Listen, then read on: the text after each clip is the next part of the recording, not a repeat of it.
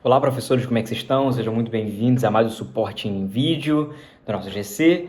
Então, a gente está trabalhando nesse mês, sobre metanoia, sobre arrependimento, Metanoia nada mais é do que a palavra grega, só que traduzida para o português é arrependimento, E o que é arrependimento? Arrependimento é mudança de direção, é você tá indo para uma trajetória, tá dirigindo seu carro por um caminho e você muda de direção, uma direção totalmente contrária a essa direção que você está tomando. Isso é arrependimento, isso é metanoia, que é mudança de mentalidade, que é transformação, renovação da nossa mentalidade.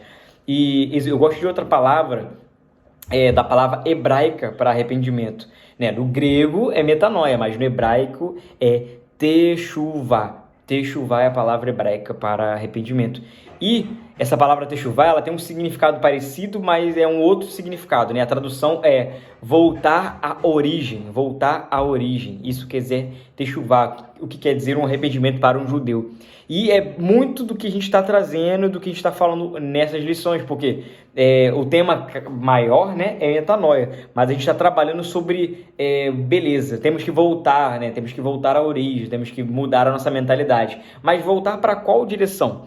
Para voltar para a direção da qual a gente nunca deveria ter saído, que é o plano eterno de Deus, que é o propósito pelo qual nós fomos criados. Então, essa lição, as lições que nós estamos trabalhando, as 5 lições, a passada foi planejados para agradar a Deus, E essa agora, que é formados para a família de Deus e por diante, É sobre o que nós fomos idealizados, o que na mente de Deus estava quando Ele criou a gente, Porque voltar a ser quem éramos para sermos, sei lá, uma coisa assim, Voltar a ser aquilo que Deus nos planejou a ser, ou viver aquilo que Deus planejou a gente para ser, é voltar à origem, é renovar a nossa mentalidade, É arrependimento. Então, é isso que nós vamos falar hoje também. Então, a aula de hoje, a lição dessa semana é formados para a família de Deus.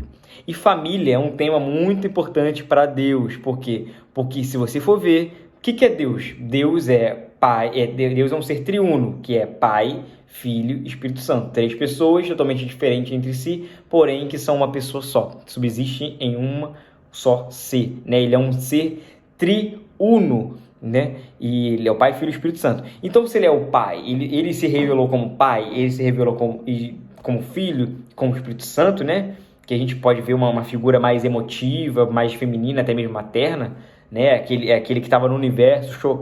A Bíblia fala que ele pairava sobre as águas, E a palavra pairar significa chocar. Então ele estava chocando, ele estava criando, ele estava formando ali como um ventre de uma mãe. A Bíblia fala que o Espírito Santo ele tem dores, ele sente gemidos inexprimíveis, assim como gerando uma criança, Então a gente pode ver o Espírito Santo muito como uma figura feminina ali na Trindade.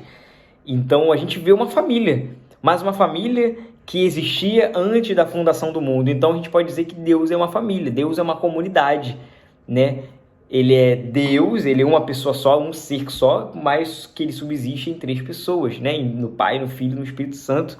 E quando ele cria o ser humano, ele cria o ser humano com essa característica de ser família e com esse propósito de ser família. Então ele criou o homem e a mulher, o pai e a mãe, que eles deixam a sua família para se tornarem uma só carne. Então eles se tornam olha a figura de linguagem, e do fruto desse amor ele se torna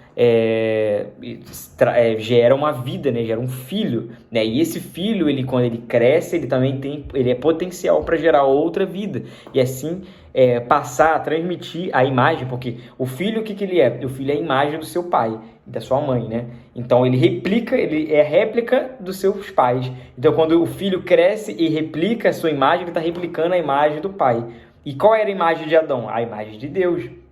Então, o propósito eterno de Deus é sermos uma grande família, uma família de muitos filhos que se pareçam, que sejam semelhantes a Jesus, Então, esse é o propósito eterno de Deus com o ser humano, Esse é o propósito pelo qual Deus nos criou, Então, se fomos criados para sermos família, nós fomos criados para sermos relacionais, para termos relacionamento, para vivermos não somente de relacionamento com Deus, mas relacionamento com o nosso próximo. Já percebeu que se chamamos Deus de Pai Nosso, nós temos que chamar a família dele de nossa também, porque o nosso pai ele tem uma família de muitos filhos. Então, se temos irmãos, se temos um Deus para chamar de pai, né? Ele é um pai, então nós temos irmãos também.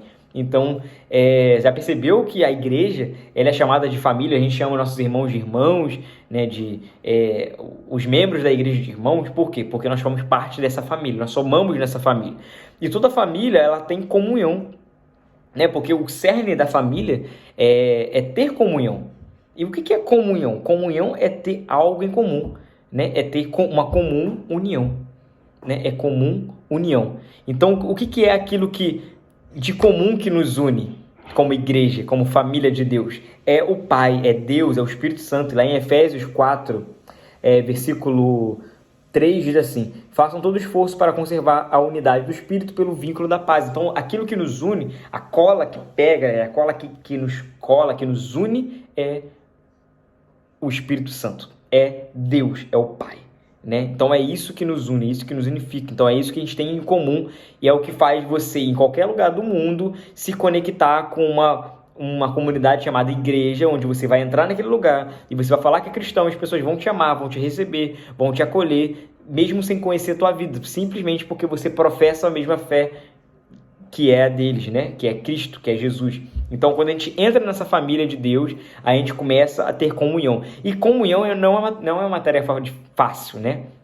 Porque pensa, nós ainda somos seres que estamos passando por santificação, ainda estamos sendo transformados à imagem de Jesus. Nós não somos perfeitos, estamos sendo aperfeiçoados dia após dia. Então, é difícil ter essa interação, é difícil ter essa comunhão. Temos grandes desafios, porque o mundo ele tem pregado o individualismo, e essa lição ela vem trazer muito isso, porque qual é a direção que o nosso carro estava indo? É a direção do individualismo, da independência, dos valores contra a família. É isso que o mundo está indo, né? A ordem do mundo está seguindo aí. Mas, quando Deus nos chama arrependa-se, ou metanoia, muda a sua mentalidade, muda o seu caminho e volta à origem, nós voltamos para um caminho de família, de comunidade, não de mais de individualismo, mas de dependência, de relacionamento um com os outros. Então o mundo prega, você não precisa de mim, você não precisa de ninguém, você precisa somente de você mesmo, você tem que ser individualista, mas a igreja, né, Cristo, Deus, ele prega, não, família, coletivo, temos que pensar no nosso. Né? Jesus nos ensina que o Pai é nosso e o pão é nosso. E os pecados também é nosso. Tipo, é tudo nosso, é tudo da gente, é nós, é tudo junto, tudo coletivo, tudo em comunhão, né? Viver tudo em comum, ter tudo em comum, como a igreja em Atos 2, se você for ler Atos 2, 42, se não me engano, vai falar sobre isso, né? Então, a lição, né, que a gente vai ler aqui, ela dá 3 desafios que a gente precisa vencer, precisa ter para sermos família, né? Porque ser família não é fácil. Então precisamos de 3 coisas, que é a sinceridade, a humildade e a constância, né? Ser comunidade, ter uma vida em comunidade, em comum, ser sincero um com o outro, exige sinceridade, exige você viver uma vida transparente, viver uma vida aberta para as pessoas, né?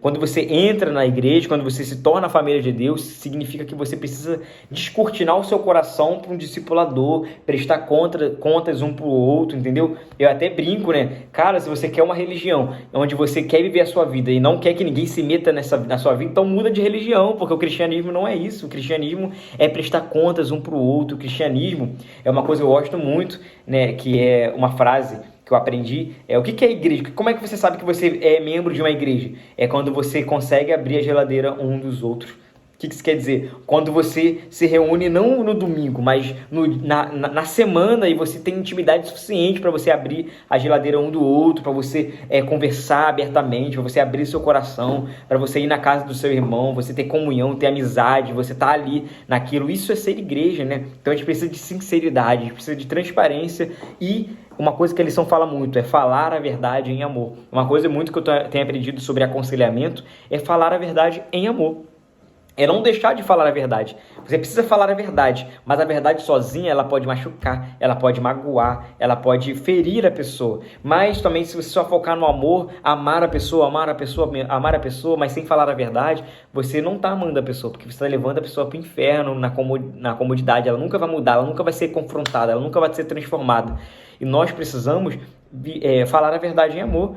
Abandonar, a Bíblia fala em Colossenses 3, para despojar-nos do velho homem e nos revestirmos do homem espiritual, que é o amor. Então nós precisamos nos vestir do amor para depois falar na cara da pessoa que ela está errada ou que ela está precisando de alguma coisa. Entende? Se você tem alguma dificuldade, algum problema, e é aí que você tem que pegar. Nessa primeira parte você tem que focar na fofoca, na desunião, no disse-me-disse, na mágoa um dos outros. Você precisa pegar as pessoas do seu GC na comunhão delas. Então você tem que falar, você tem problema com seu irmão, se você tem fofoca, essas coisas todas, cara, a gente tem que vencer isso em amor.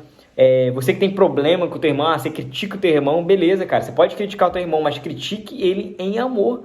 Você consegue falar na cara dele, mas você ama o seu irmão, você morreria por ele, você amaria ele, você daria sua vida ali por ele, pelo teu irmão, cara, assim como a gente faria com o membro da nossa família. Então, é somente com essa autoridade de você morrer por essa pessoa, de você amar essa pessoa, é que você pode falar na cara dela, né? Ser sincera ali, abrir o verbo, mas em amor. Tudo que a gente tem que fazer é em amor. O segundo ponto é a humildade, né, cara?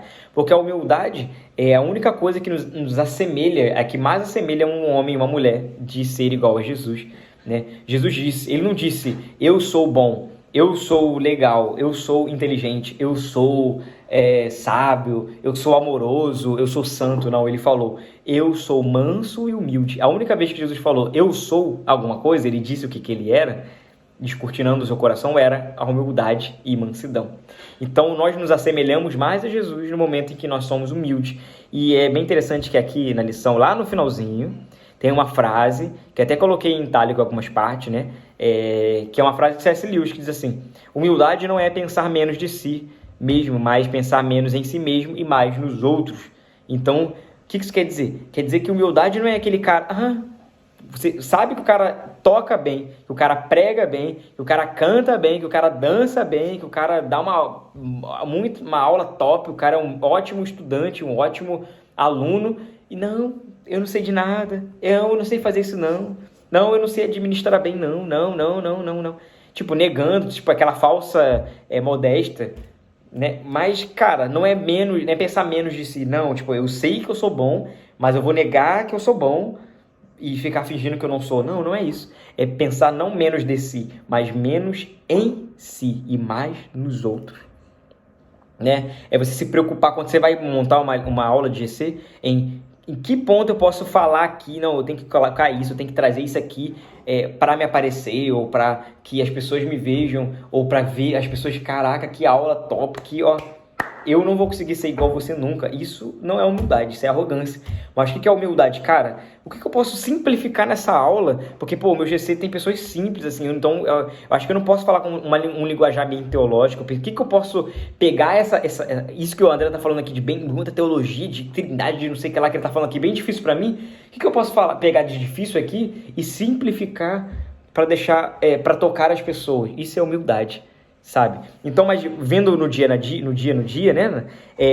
Viver em amor, cara, em humildade, em você servir. Humildade está muito ligada a serviço, a você se rebaixar, ser humilhada, se auto-humilhar, né? Para poder servir o próximo, assim como Jesus. Então, o maior exemplo, eu quero que vocês leiam isso depois, João 13. Preste atenção, João 13. Até 13 minutos do vídeo agora, né?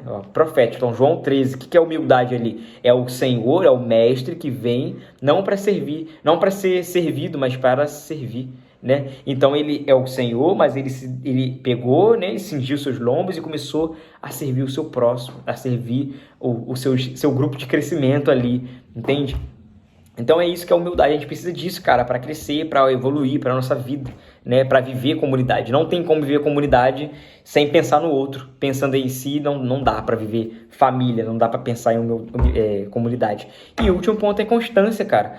Não tem como você ser comunidade, família, sem estar frequente, sem ter congregar. E aqui você tem que bater na perna da sua ovelhinha aí em relação a frequência no GC, frequência nos cultos, e frequência nos cultos, nas reuniões, no GC, não é porque a gente quer manipular a pessoa, manter a pessoa no templo e tal, não, a gente quer cuidar dessa pessoa. Não tem como você se relacionar com uma pessoa, ter comunhão com uma pessoa, se ela não comparece, se ela não está ali, Entende? Então é necessário, a comunhão é necessária, porque quando você congrega, você consegue viver isso aí, né? Descortinar o seu coração, as pessoas podem te exortar, te animar, e a gente é isento da dureza do pecado, né? Na frequência, na constância que você pode entender ele, aquela pessoa, amar aquela pessoa. Então a gente precisa estar unido, a gente precisa ser um. Cara, então essa é a lição de ser, é bem simples. Eu falei algumas coisas aqui bem teológicas, assim, pra gente realmente vocês saberem o que falar. A lição é bem simples, né? Mas tentem pegar isso, aplicar no seu GC, aplicar no seu grupo de crescimento, fazer eles crescerem, entenderem que nós somos família. O objetivo dessa lição de hoje, né, dessa semana, é focar na parte relacional entre os seus liderados. Então, tentem criar dinâmicas, tentem fazer perguntas em relação a, cara, como é que tá a tua comunhão com teus irmãos? Como é que você tá lidando com a igreja? Porque a igreja é para Deus a coisa mais importante, cara. O que Deus quer que a gente seja é igreja, é família, entendeu? E você tá levando isso a sério? Você tá levando a igreja a sério? Então essa é a mensagem crucial disso. Beleza, meus amigos? Fiquem na paz. Deus abençoe vocês.